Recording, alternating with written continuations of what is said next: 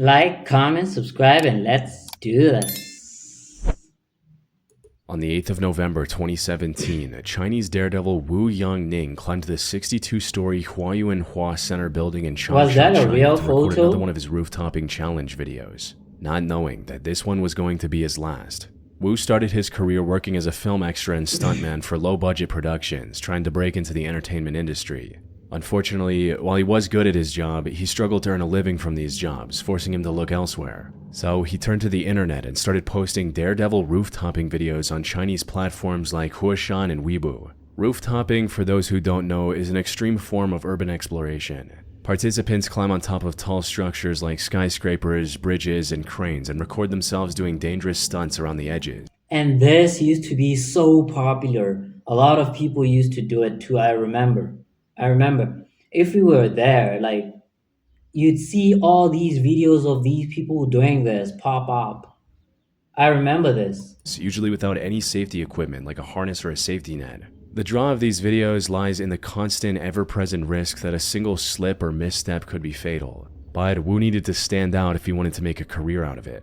So he took things a step further. Instead of just posting videos about sitting or standing close to the edges, Wu posted stunts like riding a Segway right up to the edge, hanging from the ledges, and doing pull-ups until he was close to muscle failure. This allowed him to gain an audience from the get-go, giving him the confidence to continue down this path. Over the years, he posted more than 500 videos and live streams to That's various crazy. platforms and managed to earn over 1 million followers on Weibo alone. These videos also earned him close to $83,000, making this his full-time career. Doing these crazy stunts allowed him to earn a better life for himself and his loved ones. There was just one massive problem. Creating viral stunts for an online audience means the creator can never slow down. Each video has to be crazier than the last one or the audience becomes bored and moves on, leaving them without an income.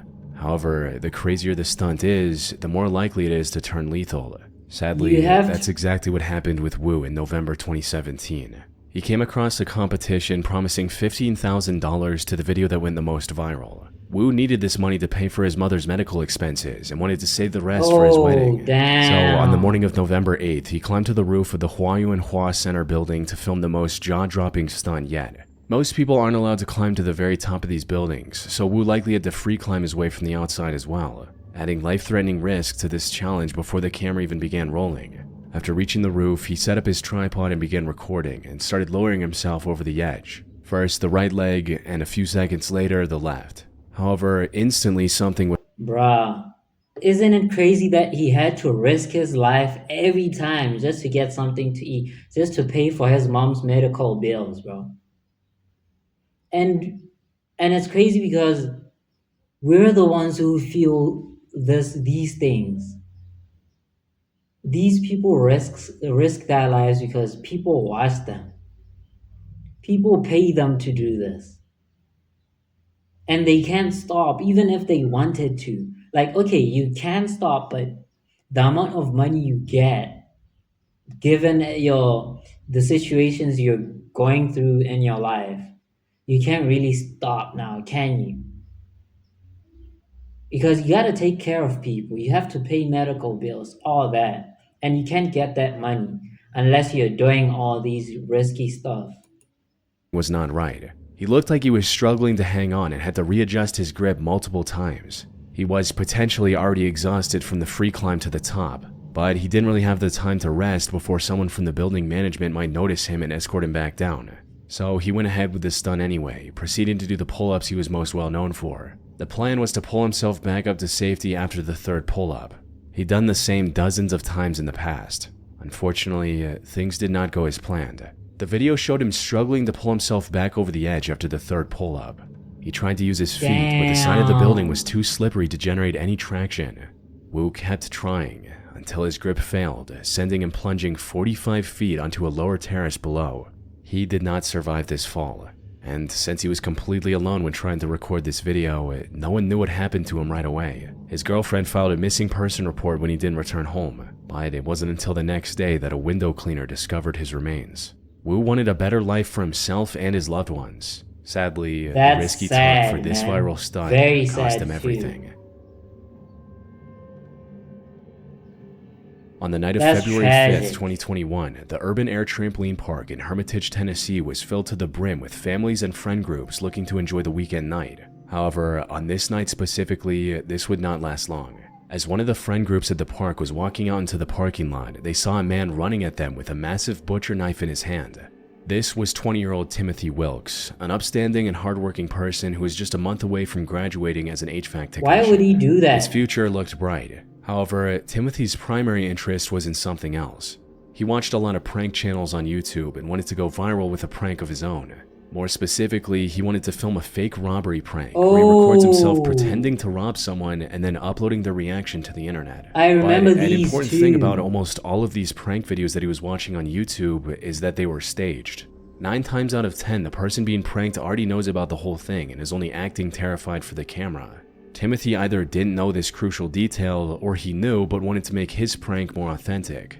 So, on the 5th of February 2021, at around 9:25 p.m., he lunged at a group of friends with a knife in his hand. The plan was to scare them and then reveal that it was a prank before things got out of hand. What Timothy didn't know was that one of the people in this group, 23-year-old David Starnes Jr., was carrying a concealed firearm. From David's perspective, Timothy was a random man charging at him and his friends with a knife. In a split-second decision, David drew his firearm and opened fire, hitting Timothy once. Unfortunately, this one shot proved lethal, resulting in Timothy passing away before any help could arrive. David stayed at the scene until the police arrived and explained everything that had happened. He was detained at the time, but the police released him later as his actions were deemed self-defense. Tragic. And I remember this too. Like, everybody was doing those pranks. Everybody. But I'm not gonna lie. At the time I was a kid and I didn't know they were fake too. Turns out they were fake, but hey, that's how it is, man. Another person's reality can be an illusion to you. Like, you may think it's real, but half of these things are not real. And it's sad that he died that way. He didn't know, like, these people were faking these things all along. But that's the internet for you, bro. That's how it is. And this is very sad. He had a whole life ahead of him. Rest in peace to him, man. On June 26, 2017, 20-year-old YouTuber Mona Lisa Prez made a post on Twitter stating, "Me and Pedro are probably going to shoot one of the most dangerous videos ever. His idea, not mine." At first glance, this sounded like a severe exaggeration meant to drum up hype for 2017. her upcoming video, when in reality, calling it the most dangerous video ever was still an understatement for the tragedy that was about to unfold just 3 hours later. The lead up to this incident started back in November 2016 when Mona Lisa and her boyfriend Pedro decided to start a family channel together called Mona Lisa and Fam. This channel mostly consisted of vlogs of the two of them doing various challenges and going on adventures together. Normal, inoffensive family channel content. And while none of these videos went viral, they were still gaining consistent views, allowing the couple to gain thousands of subscribers by mid-2017. However, Pedro wanted to take his online career to the next level. The plan was to create a new channel called Damn It Boy, featuring daring stunts unlike anything the internet had seen before. He even had a clear vision for the direction of this content. Everything I'm gonna be showing you guys on my channel, you guys are gonna be saying, "Damn it, boy." But unlike his family channel that was growing at a steady pace, Pedro wanted this channel to have good momentum from the get-go. He wanted his first video to go mega viral. And to do that, he wanted to upload the most dangerous and death-defying stunt he could think of. So after much deliberation, this was the idea he came up with. The point of this video is, I really just want to see No, man. if a 50 caliber bullet can go through a book. So, the ultimate test to see if this 50 caliber bullet will go through Why a are book you handling that is, gun I'm like just not that? gonna I just don't like set that. it and just shoot it. No, I'm going to stand behind it, and Mona Lisa is going to shoot it. Mona That's Lisa was strongly dumb. opposed to this plan, but after nearly 2 months of back and forth, he managed to convince her that it could work. So on the 26th of Don't June do it. That's a 2017, at 50 roughly 8 caliber. p.m., Pedro did exactly what he planned. He set up the camera in the backyard of their home in Houston, Minnesota, held up the book in front of him, and told Mona Lisa to shoot. Unfortunately for Pedro, the thick encyclopedia he chose for the stunt proved completely ineffective. The high-caliber bullet went straight through the book and his body. By the time help arrived, it was already too late. Pedro passed away in front of 30 witnesses from around the neighborhood who came running after hearing the gunshot, including his 3-year-old daughter. What made this situation even more heartbreaking was the fact that Mona Lisa was also pregnant with their second child. She was taken into custody and later pleaded guilty to second-degree manslaughter. However, the court understood her tragic situation and sentenced her to only 6 months in prison rather than the up to That's 15-year sad, sentence man. that second-degree manslaughter usually carries. That's very Dmitry sad. Nuyantin spent a decade building his That's very sad, and I don't know why he thought a 50 caliber round wouldn't go through a book, even if the book was thick. That's a very, very high powered round, and a very high powered gun, too. Looked like a Desert Eagle he was handling there.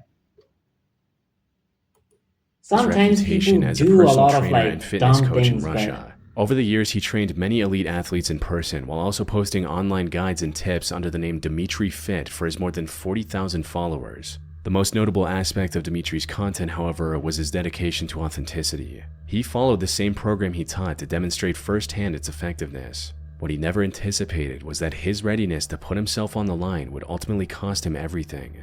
It began in September 2025 when Dmitry announced a challenge to deliberately gain at least 55 pounds or 25 kilograms and then lose it all using his own training and dietary regimen. He also put a roughly $100 reward for any viewer who could lose 10% of their body weight by the end of 2025. In a post promoting this challenge, Dmitry wrote, "Friends, my weight loss course is starting soon where you can win cool prizes and most importantly build a beautiful body, learn how to eat, and have fun."